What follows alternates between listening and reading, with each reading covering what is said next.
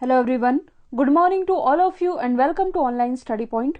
दोस्तों, आज है 17 मई और आज की इस वीडियो में हम 17 मई से रिलेटेड करंट अफेयर के सभी इंपॉर्टेंट क्वेश्चन को कवर करेंगे। तो यदि आप लोगों को इस वीडियो की पीडीएफ चाहिए तो आप हमारे इस मोबाइल एप्लीकेशन को भी इंस्टॉल कर सकते हैं, जिसमें आप लोगों को डेली क्विज, फ्री पीडीएफ और प्रतिदिन के करंट अफेयर का ऑडियो भी मिल सकेगा। लिंक डिस्क्रिप्शन बॉक्स में दी हुई है। स्टार्ट करते हैं हमारा पहला क्वेश्चन। हाल ही में किस देश का पहला मार्स रोवर, जिसका नाम है जुरोंग, ये लाल ग्रह पर यानी कि मंगल ग्रह पर सफलतापूर्वक उतर गया है? तो हाल ही में जो चाइना का मंगल मिशन था, जिसका नाम है तियानवेन-1, और इसी का एक रोवर है जुरोंग। और इस रोवर का नाम किसके नाम पर रखा गया था? चाइना के जो अग्नि देवता है जुरोंग, इन्हीं के नाम पर इस रोवर का नाम रखा गया था। और यही जो रोवर है यह मंगल की कक्षा में, मतलब कि इस ग्रह पर सफलतापूर्वक उतर गया है। जो कि आप इमेज में देख पा रहे हैं, यही है जुरोंग रोवर। और ये उपलब्धि हासिल करने वाला ये दुनिया का दूसरा देश बन गया है। तो पहला कौन है? पहला है अमेरिका।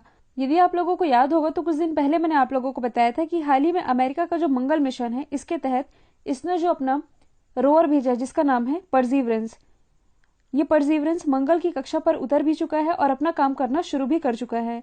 तो पहला तो है अमेरिका का ये रोवर, और अब दूसरा बन गया है चाइना, जिसका रोवर मंगल ग्रह पर सफलतापूर्वक लैंड कर चुका है। चाइना, जो कि जनसंख्या की दृष्टि से विश्व का सबसे बड़ा देश है, लेकिन हाल ही में चाइना के विशेषज्ञों ने एक डेटा जारी किया है, मतलब कि एक तरह का आंकड़ा आप कह सकते हैं, जिसमें कि इन्होंने ये बताया है कि हमने तो अपने देश की जनसंख्या कंट्रोल में कर ली। हालांकि कंट्रोल में नहीं की है, लेकिन जो बीता दशक रहा है, चाइना की भी जो 7वीं जनगणना हुई है, इसके अनुसार यहाँ मामूली वृद्धि दर दर्ज की गई है। तो चाइना ये मानता है कि जल्द ही भारत चाइना को पीछे छोड़ते हुए, मतलब कि 2025 तक भारत चाइना को पीछे छोड़ते हुए विश्व का सबसे जनसंख्या वाला देश बन जाएगा। जबकि जो जबकि जो यूनाइटेड नेशन है, यानी कि संयुक्त राष्ट्र, इसके अनुसार भारत 2027 तक चाइना को जनसंख्या के मामले में पीछे छोड़ देगा। इसकी कैपिटल है बीजिंग, करेंसी है रेनमिनबी, प्रेसिडेंट है शी जिनपिंग। एक्सरसाइज तो आप लोगों को याद ही है, हैंड इन हैंड, जो कि चाइना और इंडिया के बीच की एक मिलिट्री एक्सरसाइज है। एक समझौता है जो कि चाइना से रिलेटेड है, BRI यानी कि बेल्ट एंड रोड इनिशिएटिव। इसके बारे में मैंने आप लोगों को डिटेल से पढ़ाया था। इसी BRI समझौते से कौन एग्जिट हो गया है? ऑस्ट्रेलिया। हालांकि भारत इसका हिस्सा शुरू से नहीं था।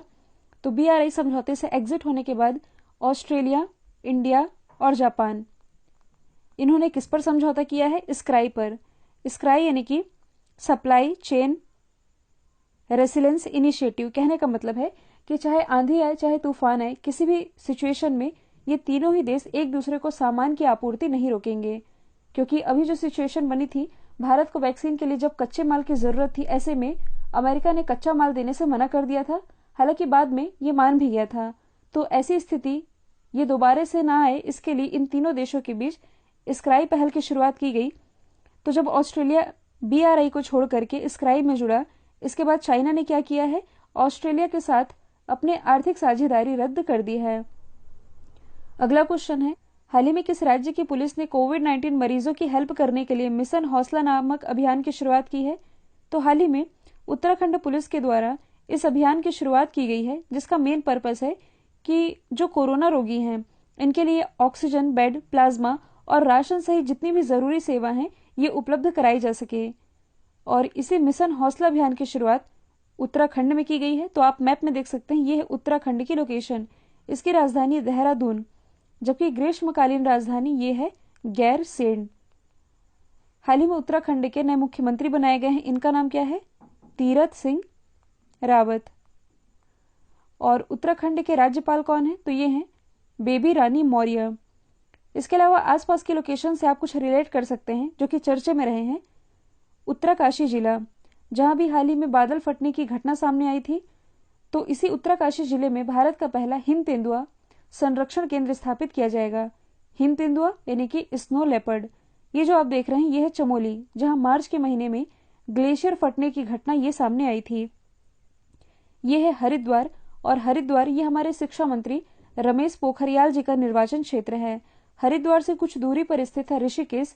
इसी ऋषिकेश में भारत का पहला ग्लास ब्रिज स्थापित किया गया है, जबकि पूर्वोत्तर भारत का पहला ग्लास ब्रिज ये बनाया गया है बिहार के नालंदा जिले में। ये है पिथौरागढ़, जहाँ भारत का पहला लाइकेन पार्क स्थापित किया गया है, जबकि भारत का पहला मास गार्डन ये स्थापित किया गया है उत्तराखंड के ही नैनीताल जिले में। अगला क्वेश्चन है, माउंट पुमोरी को फतह करने वाली पहली भारतीय महिला कौन बनी है? तो ये बन गई हैं बलजीत कौर। बलजीत कौर जो कि बिलोंग करती हैं हिमाचल प्रदेश से। तो एक जोड़ी है, मतलब कि इसमें 2 लोग शामिल हैं, बलजीत कौर और गुणबाला शर्मा। गुणबाला शर्मा ये राजस्थान से बिलोंग करती हैं। इन्होंने ही अभी हाल ही में माउंट पुमेरी को फतह किया है। अब ये है कहाँ? तो ये है नेपाल की लोकेशन, और इसी नेपाल में स्थित है दुनिया की सबसे ऊंची चोटी, जिसका नाम है माउंट एवरेस्ट। माउंट एवरेस्ट की नई हाइट कितनी है? तो ये है 8848.86 मीटर। 0.86 मीटर का इसमें इजाफा हुआ है, इसलिए इसे आप जरूर याद रखेंगे। और माउंट एवरेस्ट को ही नेपाल में सागर माथा के नाम से जाना जाता है। यहाँ हम बात कर रहे हैं माउंट पुमोरी की। तो माउंट एवरेस्ट के पास ही ये है माउंट एवरेस्ट, इसके पास ये आप जो देख रहे हैं ये है माउंट पुमोरी, जहाँ इनके द्वारा ये चढ़ाई की गई है। अच्छा, यदि आप लोगों को याद होगा तो कुछ दिन पहले मैंने आप लोगों को बताया था कि हाल ही में माउंट एवरेस्ट पर 25 बार चढ़ाई करने वाले दुनिया के पहले व्यक्ति कौन बने हैं? ये बने हैं कामी रीता शेरपा, जो कि नेपाल से ही बिलोंग करते हैं। माउंट एवरेस्ट पर चढ़ाई करने वाली पहली भारतीय महिला ये है बछेंद्री पाल। माउंट एवरेस्ट पर ही चढ़ाई करने वाली पहली भारतीय दिव्यांग महिला ये है अरुणिमा सिन्हा। माउंट एवरेस्ट पर चढ़ाई करने वाले पहले अश्वेत व्यक्ति ये है सराय खुमैलो। अगला क्वेश्चन है, कोप 26 यानी कि कॉन्फ्रेंस ऑफ पार्टीज 26 के लिए पीपल एडवोकेट के रूप में किसे चुना गया है? तो ये भी हाल ही में चुने गए हैं सर डेविड एटनबरो। तो यहाँ सवाल ये बनता है कि कोप ये है क्या? तो इसकी फुल फॉर्म बनती है कॉन्फ्रेंस ऑफ पार्टीज, और ये किसका निकाय है? UNFCCC। ये क्या है? तो इसकी फुल फॉर्म बनती है United nation framework convention on climate changes. तो इसकी जो शुरुआत है, मतलब कि UNFCCC 1992 में जो पृथ्वी शिखर सम्मेलन हुआ था, जिसे आप रियो शिखर सम्मेलन कहते हैं, इसके रूप में भी जाना जाता है। ये 1994 में लागू हुआ और 197 कंट्री के द्वारा इसकी पुष्टि की गई है, और इसी का ये सर्वोच्च निकाय है कॉन्फ्रेंस ऑफ पार्टीज, जो कि जलवायु परिवर्तन की समस्या से निपटने के लिए एक सर्वोच्च निकाय है। और इसी का ये जो 26 एडिशन है, जिसे आप कोप 26 कह रहे हैं, इसका आयोजन किया जाना है स्कॉटलैंड के ग्लासगो में, और इसी के लिए पीपल एडवोकेट के रूप में चुने गए हैं सर डेविड एटनबरो। अच्छा, यहाँ बात की जा रही है कोप 26 की। सबसे ज्यादा चर्चे में रहा था कोप 21। ये हुआ कब था? 2015 में। इसी कोप 21 के दौरान जो इंटरनेशनल सोलर अलायंस है, यानी कि जिसे आप ISA के नाम से भी जानते हैं, इसकी शुरुआत, मतलब इसका जो प्रस्ताव है, ये भारत और फ्रांस के द्वारा रखा गया था।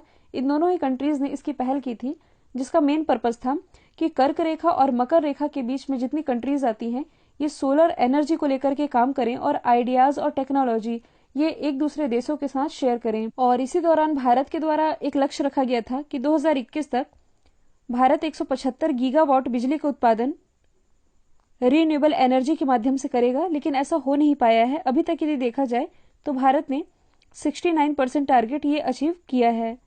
अगला क्वेश्चन है, हाल ही में प्रधानमंत्री किसान सम्मान निधि की 8वीं किस्त जारी की गई है।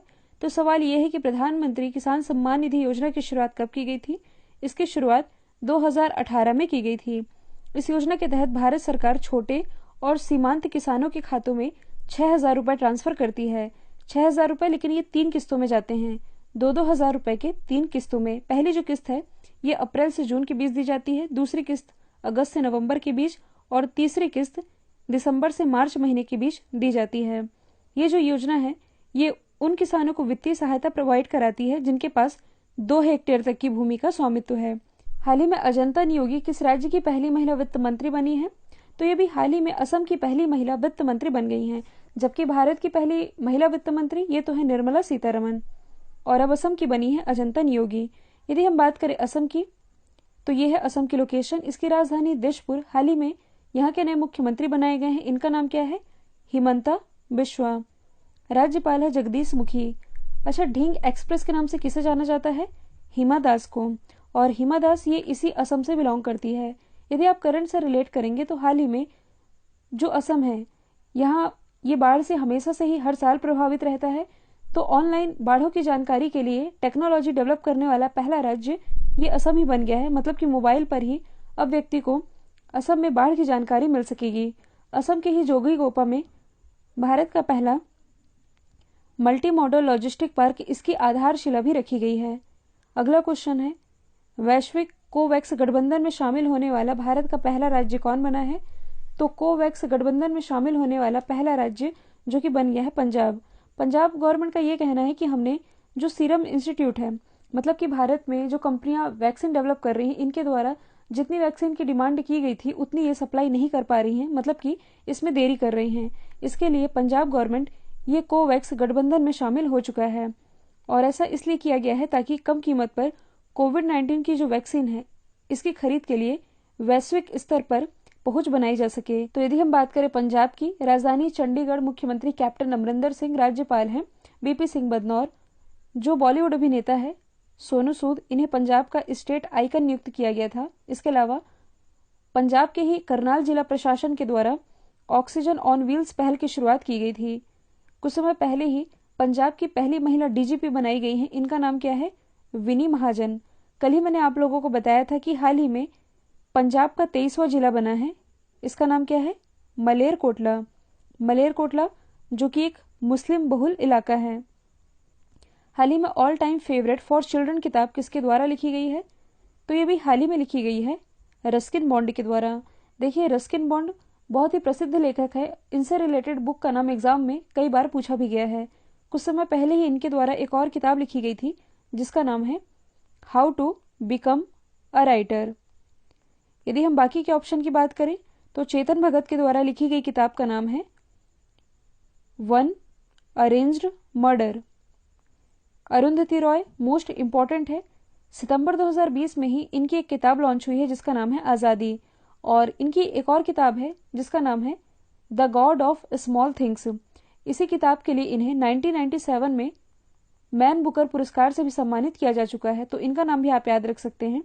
बराक ओबामा जो कि अमेरिका के 44वें क्रम के प्रेसिडेंट रहे थे, हाल ही में इनके द्वारा एक किताब लिखी गई है जो कि एग्जाम का पार्ट बन चुकी है। इसका नाम है ए प्रॉमिस्ड लैंड। हाल ही में किस देश के वैज्ञानिकों ने डायनासोर की एक नई प्रजाति की पहचान की है जिसे टॉकेटिव डायनासोर कहा गया है? टॉकेटिव जिसे आप कह सकते हैं बातूनी। बातूनी यानी कि जो बहुत बोलता है। इसकी खोज अभी हाल ही में मैक्सिको में की गई है। और ये जो जीवाश्म पाया गया है इसकी खोज तो 10 साल पहले ही की जा चुकी थी, लेकिन इसके प्रजातियों की खोज ये धीरे धीरे रिसर्च के माध्यम से पता चल रही है और माना यह जा रहा है कि ये जो जीवाश्म है ये 70 मिलियन साल पहले का है। हालांकि इसका जो हिस्सा है ये 2013 में भी पाया गया था। धीरे धीरे इसके हिस्से बरामद हो रहे हैं। तो 80% सिर बरामद होने के बाद इसकी नई प्रजाति की पहचान की गई है। और अभी तक यदि देखा जाए तो इस डायनासोर के किस किस हिस्से का पता लगाया जा चुका है? इसकी शिखा मतलब कि जो ऊपरी हिस्सा है, इसके अलावा ऊपरी जबड़ा, निचला जबड़ा और न्यूरोक्रेनियम।